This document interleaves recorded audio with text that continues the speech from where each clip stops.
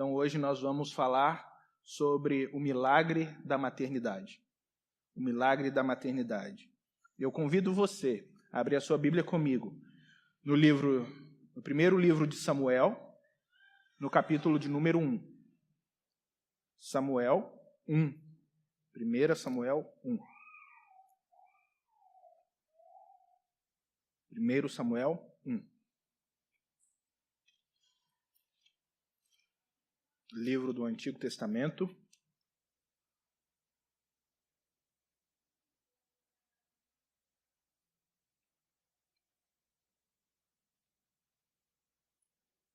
Nós vamos ler do versículo 1 ao versículo de número 20. Havia certo homem de Ramataim, Zufita, dos montes de Efraim, chamado Eucana, filho de Jeroão, neto de Eliú e bisneto de Tou, filho do eframita Zufi. Ele tinha duas mulheres, uma se chamava Ana e a outra Penina. Penina tinha filhos, Ana, porém, não tinha. Todos os anos, esse homem subia da sua cidade a Siló para adorar e sacrificar o Senhor dos Exércitos. Lá, Hofni e Finéias, os dois filhos de Eli, eram sacerdotes do Senhor.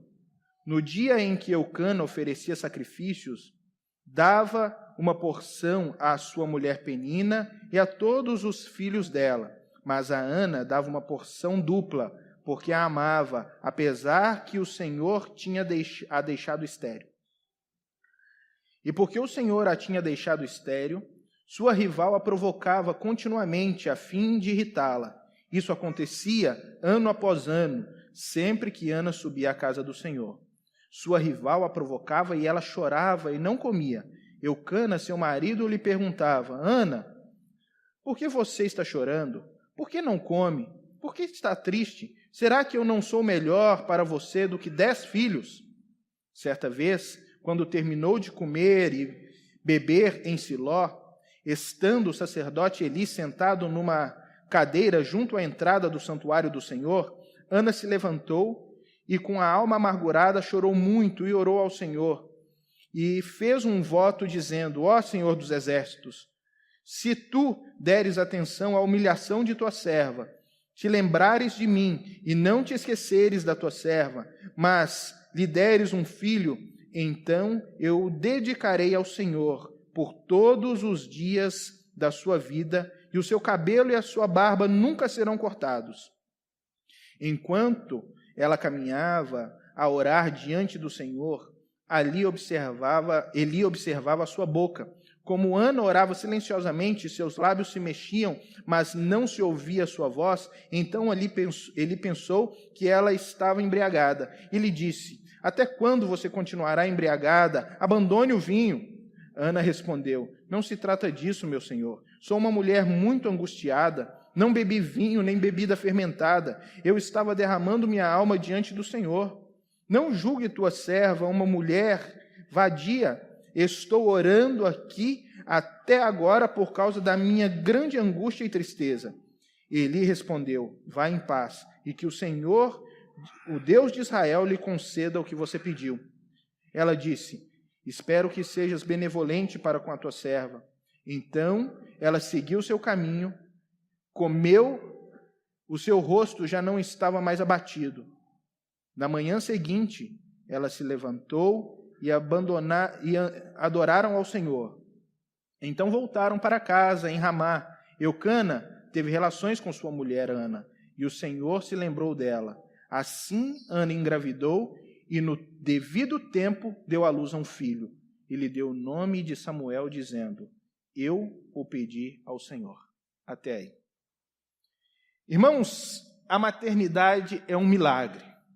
É um milagre simplesmente pela maneira como ela acontece, pelos mistérios por trás da maternidade, pelo mistério por trás da vida que surge no momento da gravidez, a vida que desenvolve no misterioso e obscuro âmbito uterino de uma mulher, e que naquele lugar se forma a vida como nós a conhecemos. E naquele lugar, a vida acontece de uma forma tão espetacular que nós não conseguimos ainda decifrar todos os mistérios do acontecimento da vida, do surgimento da vida e do desenvolvimento da vida, que naquele ambiente ali acontece, e o simples óvulo de uma mulher fecundado acaba se tornando um ser humano, um ser vivo, com sentimentos, com emoções, com vontades, e aplicando toda a sua capacidade humana nesse mundo, transformando esse mundo, transformando as pessoas com quem ele convive. A vida acontece no âmbito do útero feminino, e isso é um grande milagre, simplesmente por observarmos como acontece esse fenômeno, sabe, nas questões mais fisiológicas, nos pontos mais fisiológicos que nós possamos examinar. Nós vamos ter que chegar à conclusão de que em um dado momento, para o surgimento da vida, existe a necessidade de um milagre. É um milagre porque a maternidade, ela é uma criação de Deus. Assim como a vida é uma criação de Deus, a própria maternidade é uma criação de Deus. E como tudo aquilo que Deus faz, a maternidade é recheada de propósito. A maternidade, ela é capaz de nos ensinar lições eternas sobre os fundamentos do reino de Deus, sobre como nós devemos viver, sobre como Deus espera, então, que nós vivamos, como nós devemos exercer e exercitar a nossa liberdade, a nossa vontade, como nós devemos nos envolver com esse mundo. A maternidade nos ensina como a vida acontece. É pelos olhos da mãe que a criança enxerga a vida e desenvolve a vida. É fantástico entendermos como é precioso esse evento da maternidade e como nós podemos aprender. Quando nós vemos a história de Ana, essa história de uma mulher estéril que está na caminhada e na luta pela busca do seu filho, a história de Ana não começa com Ana. A história de Ana começa com a criação de todas as coisas. A história de Ana começa lá com Adão e Eva. A história de Ana começa na expectativa que Deus colocou sobre a mulher lá em Adão e Eva, no momento da queda, ou até mesmo antes da queda, como sendo a mulher aquela que então daria luz aos filhos, aquela que então teria a incumbência de, junto com seu marido, Adão, encher a terra e cumprir o mandato de Deus. O mandato que era, olha, multiplicai-vos, enchei a terra. Esse é um grande mandato de Deus. Esse é um belo mandato de Deus. E passa prioritariamente pelo ventre feminino o cumprimento dessa tarefa. A mulher foi dada a capacidade divina de ser mãe. E somente a ela. Não ao homem. Nós não conseguimos experimentar essa realidade. Nós não conseguimos entrar nessa esfera da maternidade. Nós, nesse aspecto, somos meros observadores. Nós não conseguimos, sair do nosso universo e entrar no universo feminino para entender a dinâmica da maternidade. O que acontece com a mãe e com a mulher quando a maternidade está no processo de acontecimento. Nós não conseguimos entender. A única coisa que nós somos é meros observadores, leitores da vida das mulheres, do universo feminino, no processo de se tornar mãe. É a única coisa que nós, como homens, conseguimos fazer. Porque quando nós olhamos Adão e Eva no Éden, Deus deu ordens, incumbências maravilhosas a Adão. Adão deveria governar sobre todo o mundo. Ele deveria dominar os animais. Ele deveria aplicar todo o seu labor para o desenvolvimento cultural.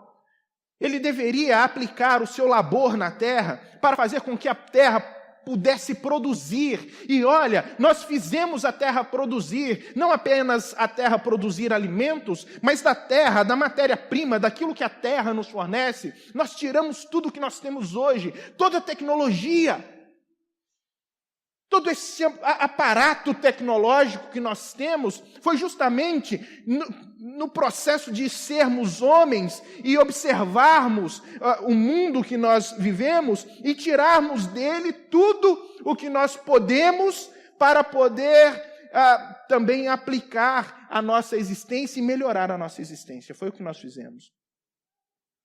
Mas a mulher foi dado uma tarefa que é muito particular dela. É muito particular a tarefa da maternidade.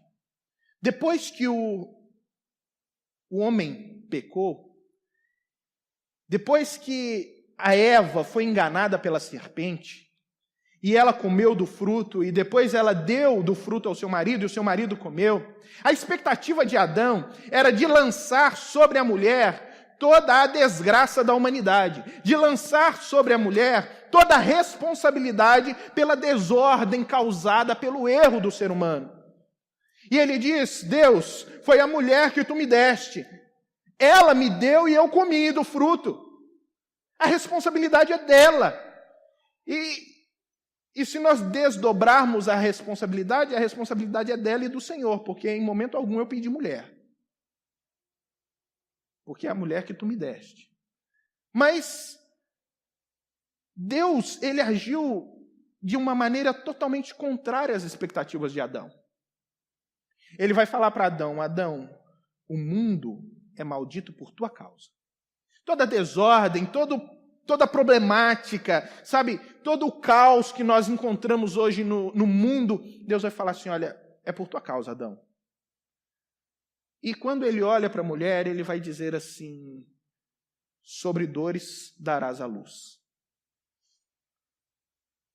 Você vai dar à luz. E quando você for dar à luz, você vai ter dores. Mas ao mesmo tempo ele fala para a mulher: olha, é do teu ventre. É do teu ventre que vai nascer o Salvador. É o descendente da mulher que vai pisar a cabeça da serpente. É aquele que nascer da mulher que vai ser o Redentor. É aquele que vai corrigir toda a humanidade. E é interessante, ele vai dizer: o homem não tem nada a ver com isso. Nesse processo, o homem não vai ter nada a ver. Vai ser uma coisa entre Deus e a mulher. Vai ser entre Deus e a representação nós temos em Maria, que é a mulher, que foi a mãe do Salvador. A concretização dessa promessa. Mas quando ele fala para a mulher que o fruto do ventre dela, do ventre dela nascerá o Salvador, ele pega todas as expectativas da humanidade, todas as expectativas boas de renovação, todas as expectativas boas de melhora, de superação, as expectativas de viver um mundo diferente, de reorganizar o caos aonde o mundo caiu. E ele diz: olha, todas essas expectativas se voltarão para o ventre da mulher. E isso é muito interessante. É muito interessante porque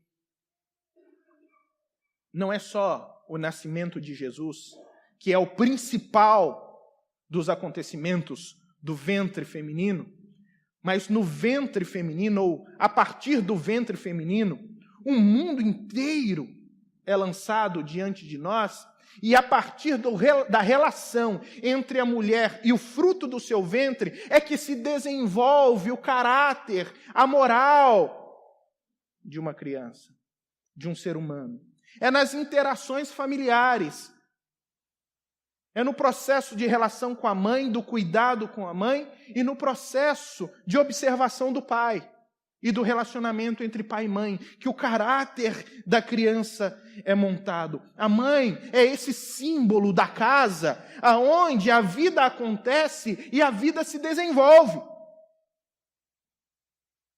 E mãe Ser mãe, então, nesse processo, é a capacidade que a mulher tem de sair de si mesma e se importar com o outro, dedicar-se ao outro e viver para o outro. Porque é isso que acontece quando o filho nasce. A mulher, ela tem essa capacidade de se esquecer totalmente de si mesma e agora viver em prol da sua prole, da sua cria, do seu filho. E apesar de todo o egoísmo em que nós vivemos nele, é na superação, irmãos, do nosso egocentrismo que nós descobrimos as experiências mais importantes da vida. É quando nós conseguimos sair e viver esse processo da maternidade, de sair de nós mesmos, do nosso egoísmo e viver em prol de outras pessoas, que as experiências mais significativas da vida acontecem. Eu quero dar alguns exemplos para os irmãos entenderem como coisas simples são de extrema significância na vida. Por exemplo, qual pai ou mãe aqui não se sentiu extremamente honrado e se sentiu extremamente realizado no fato de deixar o último restinho de comida para o filho que iria chegar cansado, mesmo ele estando morto de fome? Quando você olha, meu filho vai chegar cansado, eu vou deixar esse restinho, eu estou morrendo de fome, só tem isso para comer, mas eu vou deixar para ele. Na dor, no peito, quando o filho se machuca, ou ele está doente, e você diz, isso tinha que ser comigo. Por que foi acontecer justamente com ele? Devia ser comigo. Não é verdade?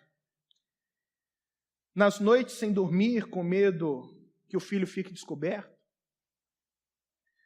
Nas noites frias, onde você se levanta para fazer uma mamadeira para o filho, ou então o filho que chegou à noite de madrugada e você se levanta para fazer uma comida para ele, quentinha, mas você se levanta.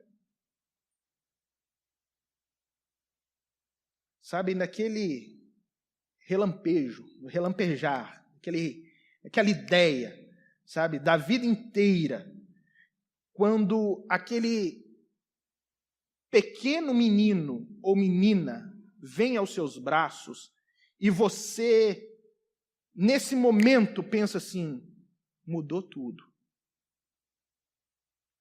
Quando você pega no braço e você fala, mudou tudo. E você é capaz de, por causa daquela vida, daquela pessoa, refazer todos os seus projetos. Você refaz tudo o que você sonhou, você repensa tudo o que você viveu, e você agora vai viver em função daquela criança. Você é capaz de sair de si mesma e se doar para aquela pessoa. Como é significativo. Tudo isso em troca de quê? Mãe, tudo isso em troca de quê? Pai, tudo isso em troca de quê? Em troca de um abraço apertado, em troca de um beijo molhado e de um eu te amo sincero. E isso é suficiente. Você não espera mais nada. E olha, cá para nós, e se não tivesse isso também, se não tivesse o beijo molhado, se não tivesse o abraço apertado, eu te amo, sincero, você ainda faria com todo o carinho do mundo, com toda a alegria do mundo. Porque você sonhou em ter a capacidade, desenvolveu a capacidade de sair de si mesmo para se enxergar no outro, para viver pelo outro. Agora multiplique isso, irmãos, pelo infinito, e você vai entender Cristo Jesus na cruz do Calvário. Você vai entender o que Cristo fez por nós na cruz do Calvário. E você vai entender que realmente aquilo é amor. O amor mais puro e o mais simples. Amor que nós podemos encontrar na humanidade. O amor de Deus por nós. Quando nós percebemos a mulher durante a maternidade, nós descobrimos que ela, a partir do momento que Deus falou, olha, sobre as dores darás à luz, ela se tornou um exemplo e um modelo silencioso do fundamento maior dos relacionamentos. Sabe por quê? A mulher se tornou um grande exemplo porque ela consegue superar a dor para estender o amor. O filho, quando ele vem ao mundo, a primeira coisa que ele gera nela é dor, é desconforto, sabe? É carregar aquela criança na barriga, é alimentar, é gerar fome, é causar ânsia, né, de vômito o tempo inteiro. Mas ao tempo inteiro que aquela criança está causando desconforto, dor, a mulher, ela não gera arrependimento, pelo contrário, ao mesmo tempo que tem o desconforto, ela está tendo uma profunda experiência de amor com aquela criatura que está no ventre dela. E quanto mais dor, parece mais amor. E quando, então, ela dá à luz no meio do parto, no meio das dores, ela simplesmente quer pegar aquela criança e abraçar no final de tudo. E ela consegue superar a dor, estendendo o amor. Isso é perdão imediato. Sabe? Isso é perdão desprovido de qualquer tipo de necessidade da pessoa que vai estender o perdão. Ela simplesmente quer amar porque ela quer amar. É simples. E o perdão, ele se aplica a tudo. E a mulher, nesse princípio, ela é fantástica em estender o perdão ao próprio filho que lhe causa dor e desenvolver um profundo relacionamento de amor com ele.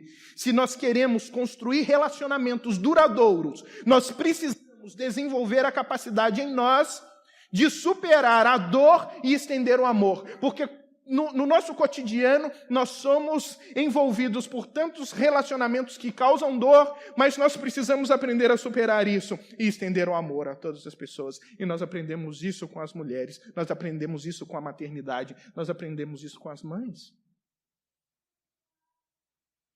Qualquer nível de relacionamento que você desenvolver vai necessitar do perdão.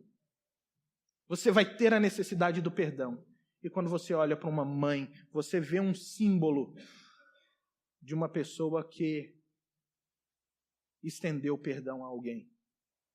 É fantástico nós olharmos para a maternidade e o milagre da maternidade, como sensibiliza, como leva a pessoa a se importar com o outro, como faz de uma pessoa, com que uma pessoa saia de si mesma para viver a vida de outro, para poder se ver em outro, para poder amar outra pessoa com tanta intensidade que ela quer o melhor para a outra pessoa em detrimento dos seus próprios desejos, sonhos, sentimentos e perspectivas.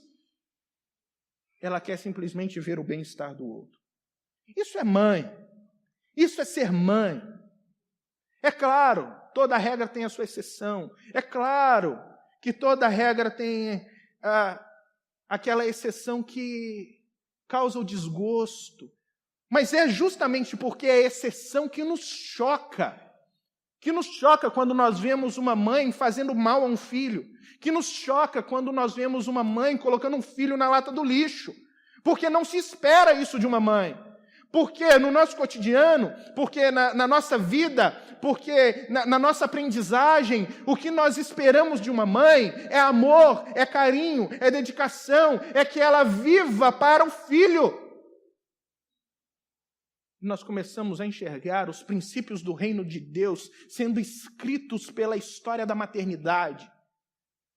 Quando Jesus ele fala assim, o primeiro mandamento é que você ame a Deus acima de todas as coisas.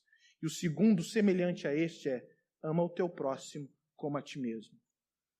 Tenha a capacidade de se sair de si mesmo para poder amar o próximo, para poder se estender ao próximo, para poder cuidar do próximo. Irmãos, se tem uma coisa que mãe faz o tempo todo é dar conselho. Se tem uma coisa que a mãe desenvolve no seu relacionamento com os filhos, é o conselho. Ela está sempre dando conselho. É o conselho de, coloca a jaqueta, menino. É o conselho, você vai cair daí de cima. Meu filho, vai estudar.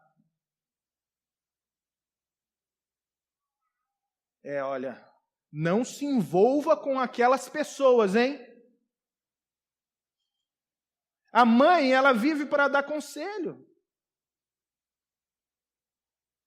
Ela dá conselho porque ela quer o melhor.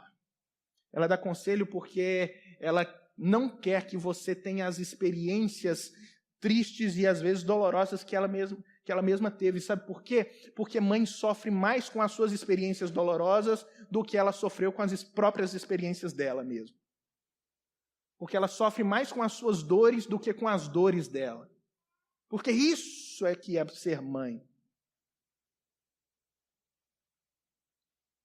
E aqui, eu gostaria que nós hoje víssemos rapidamente no texto que nós lemos, a partir da vida de Ana, alguns conselhos que essa mãe dá silenciosamente. E que toda mãe que é cristã, ela dá silenciosamente para os seus filhos. Às vezes ela nem percebe, mas ela está dando conselhos para os seus filhos nesse relacionamento.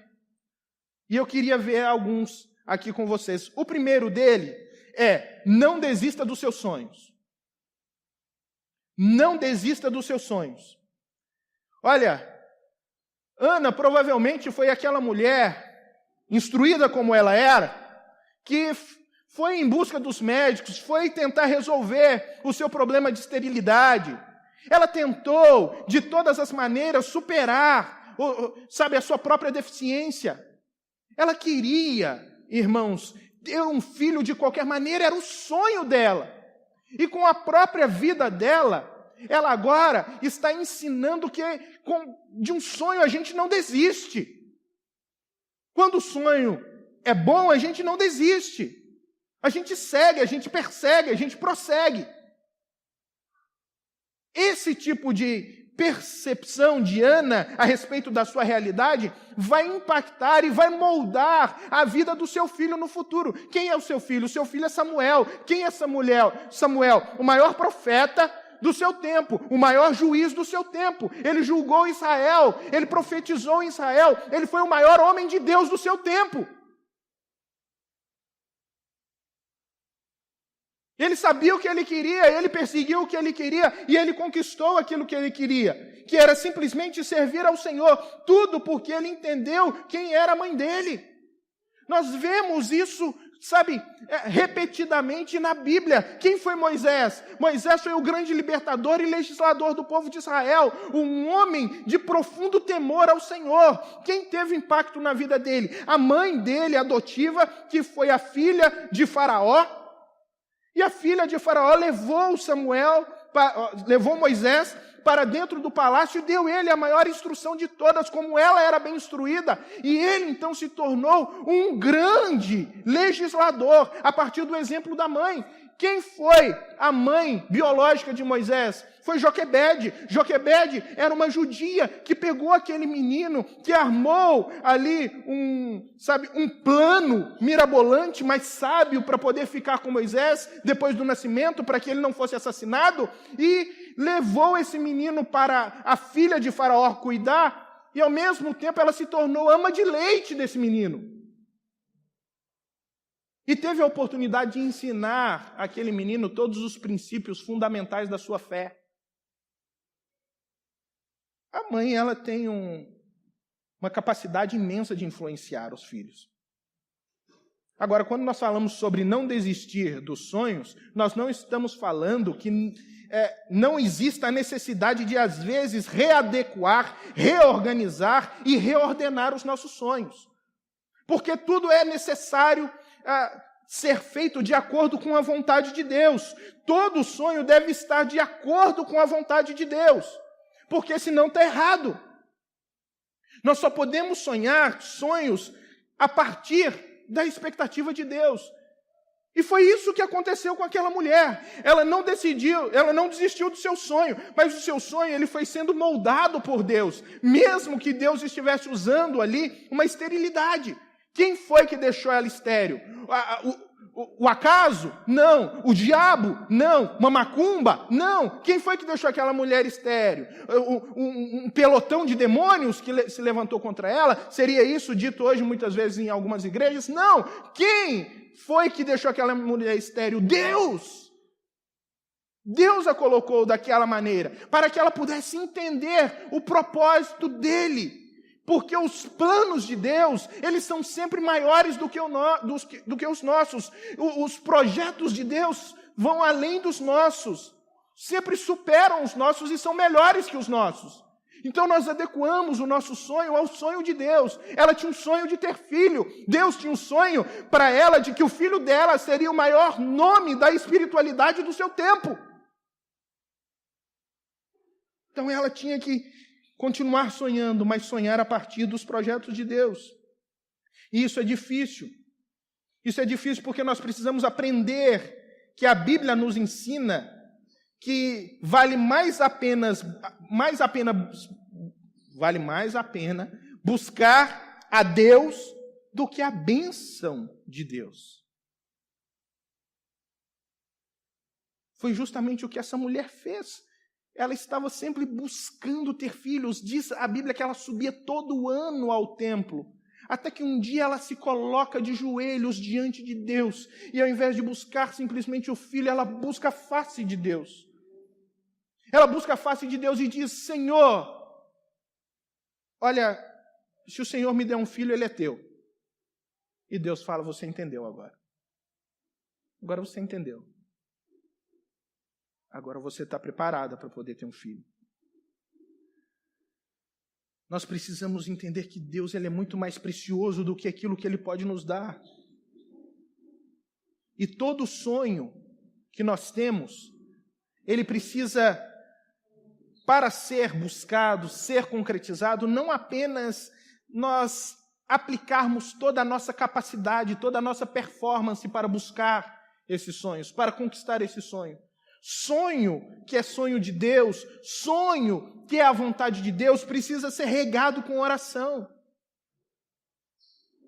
Foi lá no lugar da sua oração, aonde ela encontrou a face de Deus, e então ela encontrou a vontade de Deus, e a vontade de Deus a encontrou, e o sonho dela e a vontade de Deus se casaram, se coadunaram, e se tornaram então uma realidade, no lugar da oração. Os nossos sonhos, as nossas vontades precisam ser regados com oração. E qual que é o fundamento da oração? O fundamento da oração não é nós orarmos para mudarmos Deus, não é nós orarmos para fazer com que Deus haja em nosso favor. Deus não precisa mudar em nada do que Ele é. Fundamento da oração é que nós entendamos qual é a vontade de Deus, porque a oração não muda Deus, a oração muda o nosso coração. A oração alinha os nossos planos com os planos de Deus. A oração sincroniza o nosso coração com o coração de Deus. É isso que ele faz. Em segundo lugar, o segundo conselho de uma mãe cristã é: lute para superar as barreiras. Toda mãe sabe que a vida e na vida tem lutas, existem dificuldades. Toda mãe ensina o filho que a vida não é um mar de rosas, que na vida ele não consegue tudo o que ele quer. Toda mãe que quer fazer com que o filho ele desenvolva um relacionamento saudável com o mundo ao seu redor, vai ensinar que ele precisa lutar para conquistar algumas coisas. E precisa ultrapassar algumas barreiras. Ela ultrapassou, aquela mulher ultrapassou, estava ali pregando com seu exemplo. Talvez, quantas barreiras você já passou, quantas dificuldades você já superou. E não pense que as dificuldades que você está enfrentando hoje e que você está superando não são fortes exemplos que estão moldando o caráter do seu filho, porque estão sim. São exemplos silenciosos que constroem a vida e o caráter. A primeira dificuldade que aquela mulher enfrentou foi Penina, a outra mulher do seu marido. Diz a Bíblia que ela ficava importunando o tempo inteiro Ana, porque ela era estéril. Esse Penina é aquele tipo de situação de conflito. É o tipo de situação de oposição que nos desanima, que nos joga na cara as nossas próprias limitações, que mostram que nós não podemos, que mostram que nós, por nós mesmos, não vamos conseguir.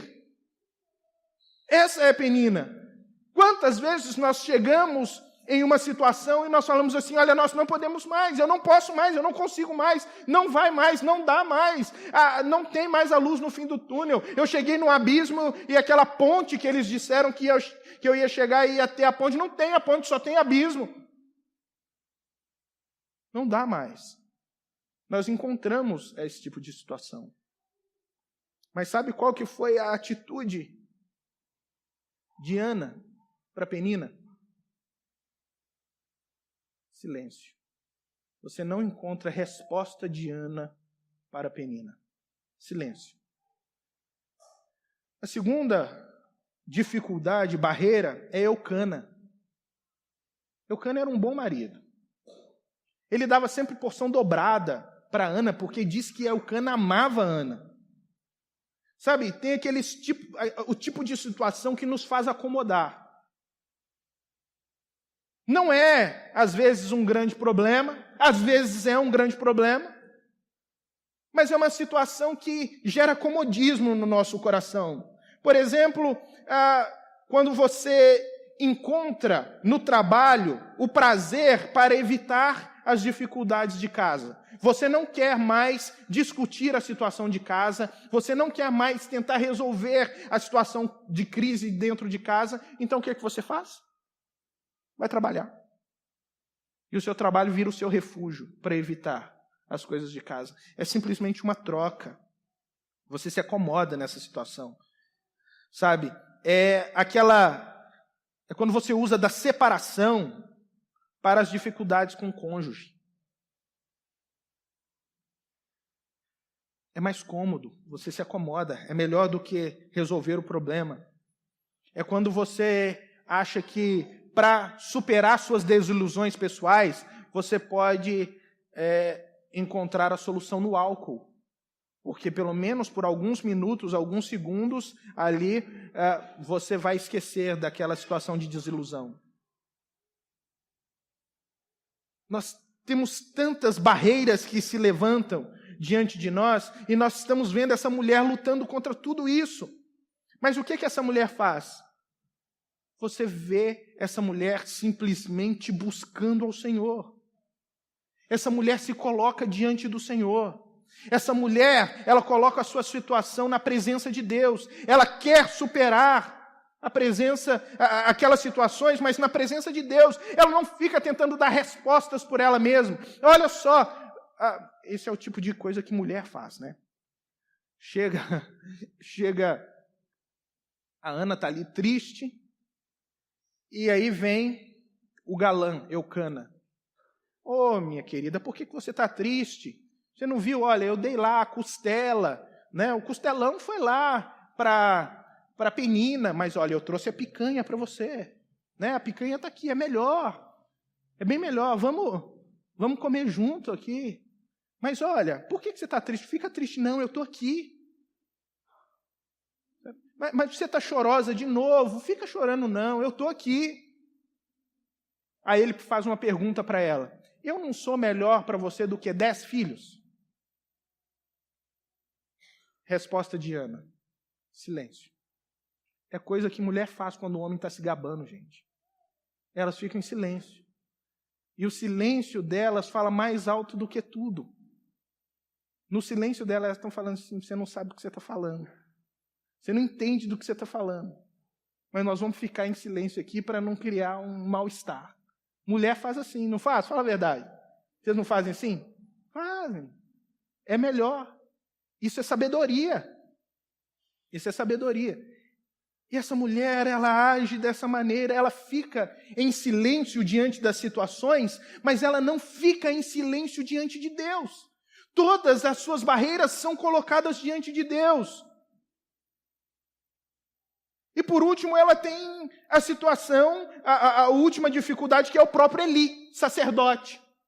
Que ela vai para a casa de Deus, é o pastor ali, é o sacerdote que deveria estar ali para abraçar, para aconselhar, para orientar. E a primeira coisa que ele fala, ô minha filha, você está bêbada?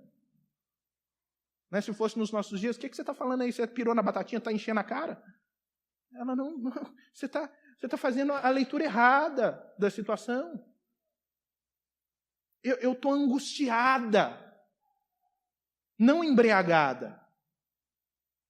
Era um pastor, um sacerdote que não sabia as dificuldades da sua própria ovelha. Daquela pessoa que estava ali, ele não conseguia discernir a angústia e a profunda tristeza de uma pessoa embriagada. E ela tem esse golpe. Mas ela vai procurar consolo em Deus. E ela fala assim, olha, que Deus seja misericordioso comigo, que Deus ouça a minha oração. E a única coisa que Eli pode fazer é assim, olha, que o Senhor então seja benevolente para com você, que Ele ouça a sua oração. Mas ela sai dali transformada. Diz as Escrituras que ela saiu dali mudada, porque ela colocou a sua crise no lugar certo, que é aos pés do Senhor, que é diante de Deus. Ela levou a sua problemática para o lugar certo. E ela saiu dali transformada, motivada. Em terceiro lugar, terceiro conselho de uma mãe cristã é: abra espaço na sua agenda para a ação de Deus. Abra espaço na sua agenda para a ação de Deus. Toda mãe cristã ensina os seus filhos que Deus é o único que pode agir em qualquer realidade. E é justamente o que Ana fez. Ela foi aos pés do Senhor. Ela foi buscar no Senhor porque ela sabia que o único que podia resolver o seu problema era Deus. Deus pode mudar qualquer condição, por mais triste que seja.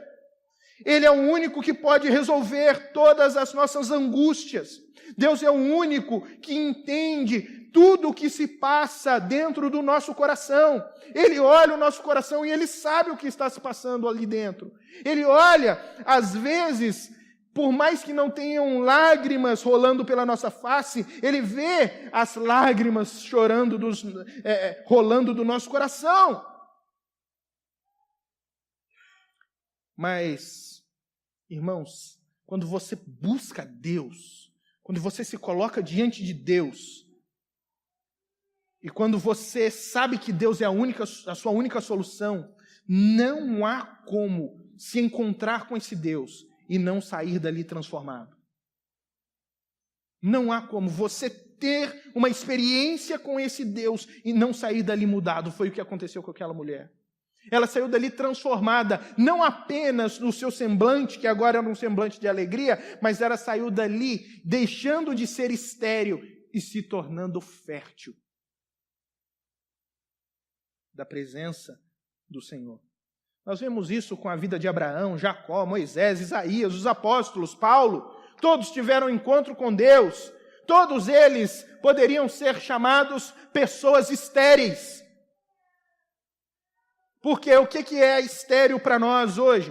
Para nós, ser estéril significa tudo aquilo que nos impede de ter experiências profundas de relacionamentos e, através deles, produzir vida em outras pessoas. Isso é esterilidade. Todas as vezes que nós vivemos só para nós mesmos, todas as vezes que a nossa vida envolve somente o nosso umbigo, somente aquilo que nós queremos, então nós somos estéreis, porque nós não conseguimos levar vida às pessoas que estão ao nosso redor. E nós precisamos aprender a superar a dificuldade que nós temos de viver para outras pessoas, aprender com a maternidade, a sair de nós mesmos e nos ver em outras pessoas para podermos fazer o bem a elas, como a nós mesmos. E para isso, irmãos, tanta coisa precisa ser deixada para trás, deixada de lado. Às vezes mágoas do passado, às vezes dores latentes de relacionamentos mal construídos, sabe? Dificuldades com a autoestima. a falta de modelos saudáveis de relacionamento na sua história, tudo isso precisa ser deixado para trás, para que você possa, então, se abrir a uma nova experiência de relacionamento. Mas, para que isso aconteça, você precisa primeiro abrir espaço para Deus na sua agenda, para que Ele possa operar na sua vida. Porque a nossa esterilidade, o nosso problema, principalmente o nosso problema de pecado, só pode ser curado por Deus, por uma ação de Deus. Só pode ser feito através de um milagre. E por último, o último conselho de uma mãe cristã é: devolva para Deus a glória das suas conquistas. Devolva para Deus a glória de suas conquistas. Ela tinha feito um voto com Deus. Ela falou: Senhor, se o Senhor me der essa criança, eu vou devolver essa criança para o Senhor, ele vai servir o Senhor. Aí no versículo 24, acompanhe comigo, ela diz assim: depois de desmamá-lo, levou o menino ainda pequeno à casa do Senhor em Siló, com um novilho de 3 anos de idade, para uma arroba de farinha, uma vasilha de couro cheia de vinho. Eles sacrificaram o novilho e levaram o menino a Eli. E ela lhe disse: meu senhor, juro por tua vida que sou a mulher que esteve aqui ao seu lado orando ao Senhor. Era este menino que eu pedia, e o Senhor concedeu-me o pedido. Por isso, agora eu o dedico ao Senhor. Por toda a vida será dedicado ao Senhor. E ali adorou ao Senhor. Essa mulher pegou a sua conquista e ela devolveu para Deus. Como é importante nós entendermos que as nossas conquistas não são nossas conquistas, são conquistas de Deus. E nós precisamos devolver toda a glória das nossas conquistas a Deus. Como é importante, principalmente no trato com os nossos filhos, entendermos que os nossos filhos não são nossos filhos. Antes, eles são herança do Senhor, como diz o salmista. Então nós precisamos devolvê-los para Deus. Nós precisamos fazer com que a vida deles seja realmente entregue ao Senhor, devotada ao Senhor, apresentada ao Senhor e consagrada ao Senhor. O grande problema aonde surgem os maiores ídolos no mundo são os ídolos das nossas maiores conquistas. Os nossos maiores ídolos são os ídolos das nossas maiores conquistas. Nós conquistamos, às vezes, coisas tão grandes e nós achamos que é por nossa própria força. E nós começamos a idolatrar aquilo. Nós idolatramos, às vezes, um filho. Nós idolatramos, às vezes, o nosso trabalho. Nós idolatramos, às vezes, a nossa própria inteligência. Nós idolatramos, às vezes, as nossas conquistas pessoais. E nós vamos colocando isso na gaveta dos nossos ídolos. E nós não entendemos que isso foi bênção do Senhor, que isso foi nos dado pelo Senhor e que nós precisamos devolver isso tudo a Ele e dizer: Senhor, tudo é Teu. A glória seja para o Teu nome. Eu não posso fazer nada.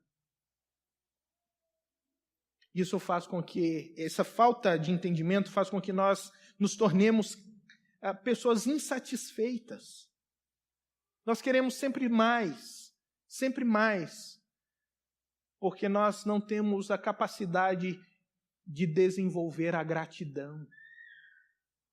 A insatisfação tem a ver com a ingratidão, irmãos. Quando nós temos a certeza de que algo que nós recebemos é de Deus, então nós temos prazer em devolvê-lo para Deus, como algo seu, como algo que lhe pertence. Toda mãe cristã, ela pega os seus filhos e ela fala: não é meu filho, Senhor, é Teu. Tudo que nós fazemos na nossa vida, toda a nossa ação aí fora, todo o nosso trabalho, tudo o que nós fizermos, nós precisamos fazer da mesma maneira. Senhor, é Teu, que a glória seja dada para o Teu nome, que o Senhor seja glorificado, que tudo volte e concorra para a glória do nome do Senhor. Irmãos, o exemplo da maternidade, se pegarmos, e poderíamos pegar muitos outros exemplos, são apenas instruções a respeito de como viver no reino de Deus. A mãe pode servir de um modelo para nós enxergarmos alguns valores do reino de Deus. Que o Senhor nos abençoe e que nós possamos a cada dia ser gratos por vocês, mães, e que nós possamos olhar para vocês e então vê-las como esse grande exemplo e essa pregação silenciosa que acontece ao nosso lado todos os dias. Deus abençoe a vida de vocês. Amém?